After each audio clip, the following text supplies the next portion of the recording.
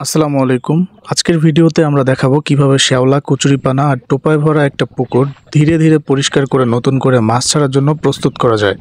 অনেক দিন ধরে এই পুকুরে কোনো মাছ চাষ হচ্ছিল না, তাই শ্যাওলা আর কচুরিপানায় পুকুর পুরো ঢেকে গেছে। পুকুরে মাছ না থাকলে বা দীর্ঘদিন চাষাবাদ না হলে এই ধরনের শ্যাওলা আর কচুরিপানা স্বাভাবিকভাবেই জন্ম নেয়।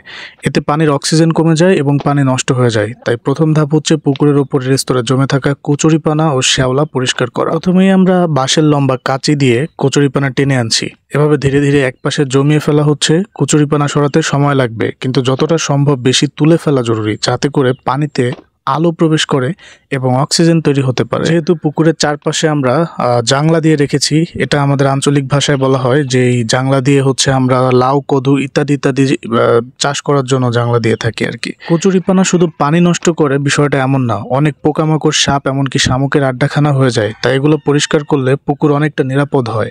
আমরা যতটুকু পারছি হাতে হাতে করছি, আর কিছু অংশ বাঁশ দিয়ে ঠেলে সরিয়ে নিচ্ছি। এই বাঁশের জাংলাটা 2 বছর বয়স হয়ে গেছে। এখানে কিন্তু অনেক কিছু চাষ হতো, বিশেষ করে এখানে এখন উস্তে এবং এই বাঁশের জাংলায় বর্তমান অবস্থায় কিছু পুঁইশাকের গাছ রোপণ করা ছিল। এগুলো আমরা উঠিয়ে ফেলে দিয়ে এরপরে বাঁশের জাংলাটা পরিষ্কার করে ফেলছি। এখানে বাঁশের জাংলাটা ফেলতে গিয়ে একটা পেঁপে গাছ আমাদের হাতের উপরে পড়ে গেল, কারণ পেঁপে গাছের একটা সাপোর্ট ছিল এই বাঁশের জাংলার উপরে। পেঁপে গাছ থেকে আমরা পেঁপেগুলো কেটে সুন্দর করে, তারপরে যেহেতু পড়েই গিয়েছে এটা আর কোনো কাজে আসবে না, তাই খাওয়ার জন্য রেখে দিলাম। জাংলাগুলো মূলত আমাদের পুকুরের উত্তর পাশ এবং পুকুরের পূর্ব পাশ, এই 2 পাশে দেওয়া হয়েছিল। তো আমরা পুকুরের উত্তর পাশের যে জাংলাগুলো আছে এগুলোকে আগে খুলে ফেলবো ইনশাআল্লাহ। এরপরে পূর্ব পাশের জাংলাগুলোকে রেখে দিব।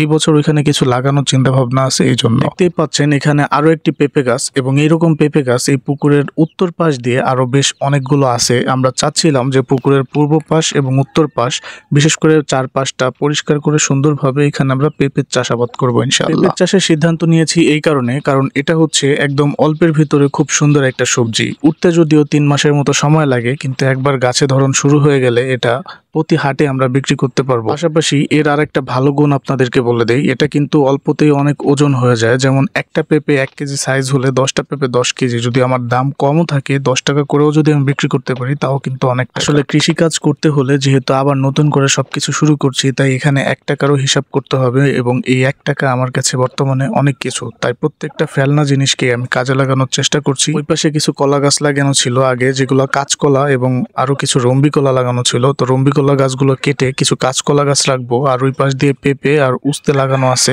এগুলো নিয়েই আমি শুরু করতেছি পুকুরের চারপাড়ের পাড়ির কাজটা। এখানে পেঁপে চাষের সিদ্ধান্ত নেওয়ার পেছনে বেশ কয়েকটা কারণ আছে। কারণ পেঁপেটা যেহেতু আমি একবার বললাম যে কাঁচা পেঁপে তরকারি হিসেবে বিক্রি করলে ওজনের দিক থেকে আমি এগিয়ে থাকবো, এটা একটা প্লাস পয়েন্ট। দ্বিতীয়ত, যদি আমি রমজান মাস পর্যন্ত গাছ রাখতে পারি, তাহলে চড়া দামে আমি পাকা পেঁপে সেল দিতে পারবো। একটা পেঁপে গাছের সুন্দরভাবে যত্ন নিতে পারলে দীর্ঘদিন যাবত কিন্তু পেঁপে গাছ থেকে পেঁপে সংগ্রহ করা যায়। পাশাপাশি যখন গাছের মেয়াদ একদম শেষের দিকে চলে যাবে, তখন আমার সিদ্ধান্ত কিছু পেঁপে রেখে দিব গাছে, যেগুলো আমি রমজান মাসে সেল দিতে পারি পাকা হিসাবে বা পাকিয়ে। পুকুরের মধ্যে বেশ কিছু বাঁশ দেখতে পাচ্ছেন, মানে বাঁশের গোড়া দেখতে পাচ্ছেন। এগুলা হচ্ছে আমার যে খামারটা ছিল, খামারের খুঁটি। এগুলো আর উঠানো হয় নাই, বা উঠানোর মতো কোনো লোকও বাড়ি ছিল না। যেহেতু খামারটা আমরা যখন বিক্রি করে দেই, তখন এই খামারের বাঁশগুলো যারা মিস্ত্রিগুলো কিনে নিয়ে গেছিল, তারা হচ্ছে বাঁশের অর্ধেক কেটে কেটে এইভাবে ফেলে রেখে তারপরে বাঁশগুলো খামারের বাকি অর্ধেক নিয়ে চলে গেছিল। তাদের সাথে কয়েকবার যোগাযোগ করেছি যে আপনারা বাঁশগুলো উঠিয়ে নিয়ে যান, কারণ পরবর্তীতে এই বাঁশগুলো উঠাতে আমাদের অনেক বেশি কষ্ট হবে, অনেক বেশি ঝামেলা হবে। তারপরেও তারা বাঁশগুলোকে উঠায় নেয় নাই। তাই এখন বর্তমানে যেহেতু পুকুরে আবার আমার কাজ শুরু হচ্ছে, তাই আমি চিন্তা করছি যে বাঁশ কিছু যেগুলো পারবো উঠাবো, যেগুলো উঠাতে পারবো না সেগুলো পুকুরেই থাকবে। এগুলো মাছের কাঠা হিসাবে কাজ করে। সারা দেশে বিভিন্ন জায়গায় মাছের জন্য কাঠা দেওয়া হয়। কাঠা জিনিসটা কি আপনাদেরকে বোঝায় বলি। কাঠা আমাদের আঞ্চলিক ভাষায় কাঠা হচ্ছে আপনার পুকুরে মাছ যেন এক জায়গায় জড়ো হয়ে থাকতে পারে, বা ওদের একটা আশ্রয়স্থল বা মাছের অভয়স্থল যেটা বলা হয়। কাঠার আর কয়েকটা গুণগত বৈশিষ্ট্য হচ্ছে, কাঠা পুকুরে থাকলে আমরা যেটাকে ঝাঁকি জাল বলি, এই ঝাঁকি জাল দিয়ে মাছ যাতে কেউ না ধরে নিয়ে যেতে পারে। কারণ নর্মালি পুকুরের চারপাশ দিয়ে কেউ এসে যদি ঝাঁকি জাল দিয়ে মাছ ধরে নিয়ে যায়, আমরা কিন্তু এটা জানতে পারবো। এদিকে আমরা শুরুতেই ভেবেছিলাম যে এই কাজটা করতে আমাদের খুব একটা সময়ের প্রয়োজন হবে না। পাশাপাশি আমাদের যেহেতু অন্যান্য আরো কাজ বাকি ছিল, তাই আমরা ভেবেছিলাম মনে হয় কাজটা করতে আমাদের খুবই অল্প সময় হয়ে যাবে। কিন্তু যখন পুকুরে নামলাম, তখন দেখলাম যে প্রচুর পরিমাণে গায়ের চুলকানি হচ্ছে, পাশাপাশি এই ছোট ছোট শ্যাওলাগুলো গায়ে থাকলে কিন্তু প্রচুর পরিমাণে চুলকায়। আপনারা যারা এই কাজে অভ্যস্ত বা আগে পরে করেছেন তারাই একমাত্র এই বিষয়টা জানবে। পুকুরে এখানে উপরে আমাদের রয়েছে আমাদের আঞ্চলিক ভাষায় ঢোলকমলি বলা হয়। ঢোলকলমির পাশাপাশি এখানে রয়েছে আরও কিছু মালঞ্চ শাক। মালঞ্চ শাকের গোড়াগুলো প্রচুর শক্ত ছিল। মালঞ্চ শাকের সাথে আমরা কোনোভাবেই পেরে উঠতে পারছিলাম না। নিলয় হচ্ছে এই টানাটা দিয়ে হচ্ছে আমি যেগুলোকে কেটে দিচ্ছি এগুলোকে নিয়ে এক জায়গায় জড়সড়ো করছে, কারণ আমরা এখানে একটা জড়ো করে একটা কচুরির গাঁতও দেওয়ার চেষ্টা করতেছি। শুরুতে চিন্তা করছিলাম যে এগুলাকে আমরা কি করব, এই ছোট ছোট টুকরা করে পাশে যেহেতু আমাদের খাল, এই খালের মধ্যে নিয়ে এগুলাকে ফেলে দেব, কিন্তু এগুলা উঁচু করা কোনোভাবে আমাদের পক্ষে সম্ভব না। সম্ভব হলেও এটা পরিষ্কার করতে না হলেও আমাদের 1 মাস সময় লাগবে।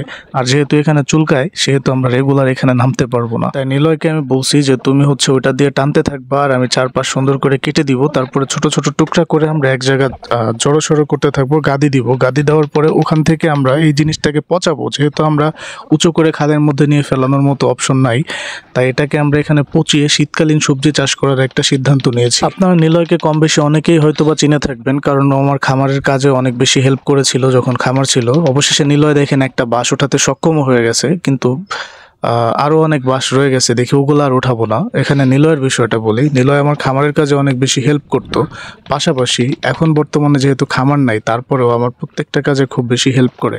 যদিও সময় পেলে সুযোগ হলে আমি ওর কাজে, যেমন ওর অনেক অনেক ধানের জমি আছে নিজেদের, যার জন্য ওদেরও অনেক কাজ থাকে সারা বছর। পাশাপাশি আমি যদি সময় পাই আমি সামান্য একটু করে দেওয়ার চেষ্টা করি, বাট ম্যাক্সিমাম টাইম ওই আমার কাজগুলোকে করে দেয়। এখন শ্যাওলা নিয়ে কিছু না বললেই নয়। শ্যাওলা হচ্ছে এমন একটা জিনিস যেটা পানির উপরের দিকে ভেসে থেকে প্রচুর পরিমাণে অক্সিজেন খরচ করে। আমরা জাল দিয়ে প্রথম দিকে এগুলো ওঠানোর চেষ্টা করতেছিলাম, কিন্তু জাল দিয়ে আসতেছিল না, কারণ যেহেতু চারপাশে প্রচুর পরিমাণে এই শিকড় রয়েছে তাই শিকড়ে বেঁধে যাচ্ছিল। তাই আমরা চিন্তা করলাম যে আগে আমরা হচ্ছে পুকুরের এই শিকড়গুলোকে সুন্দরভাবে পরিষ্কার করলে নর্মালি আমরা টান দিলে জাল দিয়ে এগুলো সুন্দরভাবে চলে আসবে। তাই আপাতত আমরা এগুলো কি করার চেষ্টা করছিলাম, যেহেতু একটা আমরা এই চারপাশে ঘুরিয়ে যেন একটা ঘাটতি তৈরি করতে পারি। আপনারা অনেকেই টোপা চিনেন, আবার অনেকেই হয়তো বা টোপা চিনেন না। টোপা হচ্ছে এমন একটা জিনিস যা পানির তলায় তৈরি হয় কাদা বা পচা আবর্জনার স্তরে। অনেক দিন পানি না বদলালে এই টোপা হওয়ার সম্ভাবনা বেশি থাকে। আপনারা জানেন যে আমার খামারটা অনেক দিন আগেই ভেঙে ফেলা হয়েছে, প্রায় 2 বছর হতে গেল। এই খামার ভেঙে ফেলার পরে আমি পুকুরের পানি একবারও আর চেঞ্জ করি নাই। পুকুরের পানি পরিবর্তন না করার কারণে হচ্ছে আমার এই পুকুরে টোপার জন্ম নিয়েছে।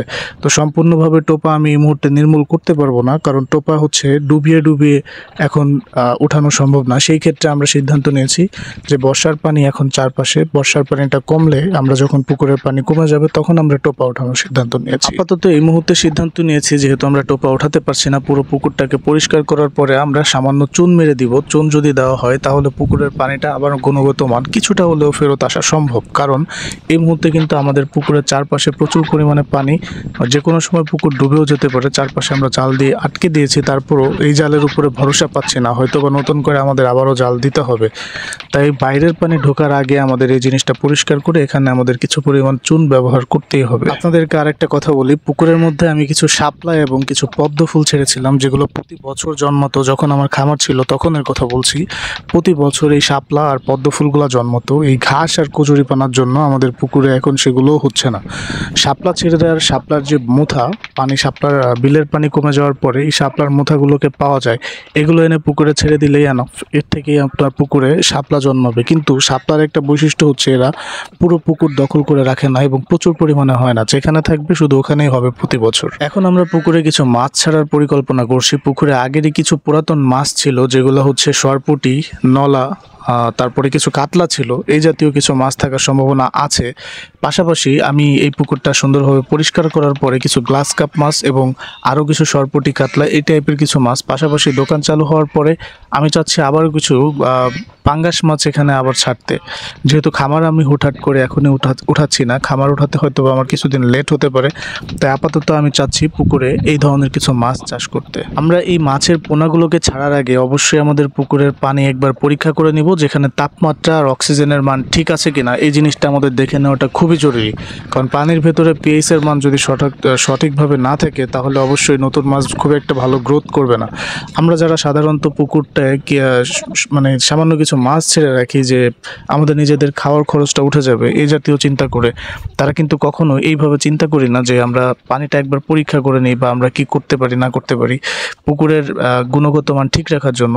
তার জন্য আমি আপনাদেরকে বলছি, আপনারা উপজেলা প্রাণী সম্পদ বা মৎস্য অধিদপ্তরে গেলেই আপনারা পানি পরীক্ষা করতে পারবেন। সেই ক্ষেত্রে আপনাদের খুব উপকারিতা হবে যে আপনি পুকুরের পরবর্তী স্টেপ নিতে আপনাকে খুবই হেল্পফুল করবে আর কি। এটা আমার কাছে জিজ্ঞেস করেছিলাম, আমি বাড়িতে অনুপস্থিত থাকা অবস্থায় সে পুকুরে কোনো ধরনের মাছ ছেড়েছিল কিনা। সে আমাকে বলেছিল কিছু সরপুঁটি মাছ ছাড়া আছে। তো যদি সরপুঁটি মাছ থাকতো তাহলে অবশ্যই এই কচুরিপানাগুলো থাকতো না পুকুরে। তো সরপুঁটি মাছ আমি আন্দাজ করছি যে আহামরি খুব বেশি নাই, থাকলেও এগুলো সাপে খেয়ে ফেলেছে। শুরুতেই যেটা বললাম, এই যে পরিমাণে জঞ্জাল পুকুরে হয়েছে এর ভিতরে কিভাবে মাছগুলো ভালো থাকবে আর আমরাই বা কিভাবে আশা করতে পারি। কারণ এখানে প্রচুর পরিমাণে গুইসাপ, তারপরে হচ্ছে ঘোড়েল, এই জাতীয় অনেক কিছু এখানে দেখা যাচ্ছে, যার জন্য আমরা খুব দ্রুত সিদ্ধান্ত নিয়েছি যে মাছগুলো আছে এগুলোকেও আগে রক্ষা করি।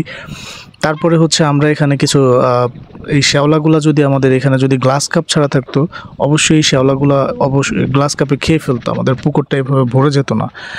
তাই আমরা সিদ্ধান্ত নিয়েছি যে পুকুরটা যদি আমরা পরিষ্কার করি, পরিষ্কার করার পরে যদি গ্লাস কাপ মাছ না ছাড়ি বা যেই সব মাছ এই ধরনের শ্যাওলা খেয়ে থাকে তাদেরকে যদি আমরা না ছাড়ি, তাহলে এই শ্যাওলাগুলা হওয়ার সম্ভাবনা আবারও থেকে যায়, যা আমাদের পরবর্তী টাইমে ডাবল কষ্ট হয়ে দাঁড়াবে। তো আমরা এখানে ব্যর্থতা স্বীকার করে নিচ্ছি, কারণ এই মুহূর্তে আমাদের দ্বারা আর করা পসিবল না। কারণ হচ্ছে আমাদের প্রচুর পরিমাণে শরীরে চুলকাচ্ছে এই শ্যাওলাগুলোর কারণে। তো আমরা এখানে যে পরিস্থিতি তৈরি করে রেখেছি এটার উপরে দাঁড়িয়ে একটা মানুষ সুন্দরভাবে কাজ করতে পারে, সেটা হচ্ছে আমরা একটা ডাইস তৈরি করে রাখতেছিলাম আর কি। কারণ পরবর্তী দিন আমরা এখানে একটা লোক নিব যে হচ্ছে আমাদেরকে এই কাজগুলো সম্পূর্ণ করে দিবে। সে এখানে এসে তারপরে পরিপূর্ণ করলে তারপরে পুরো সুন্দর পুকুরটার একটা ভিডিও আপনাদেরকে আমি প্রকাশ করব। তো যেহেতু আজকে এই পর্যন্তই করেছি, ভিডিওটাও এই পর্যন্তই থাকবে। আপনারা ভালো থাকবেন, সুস্থ থাকবেন এবং কি মাছ এখানে ছাড়া যায় আমি আমার পরিকল্পনা আপনাদেরকে জানিয়েছি। তারপরে আপনাদের কাছে যদি ভালো কিছু মনে হয় অবশ্যই আমাকে কমেন্ট করে জানাবেন।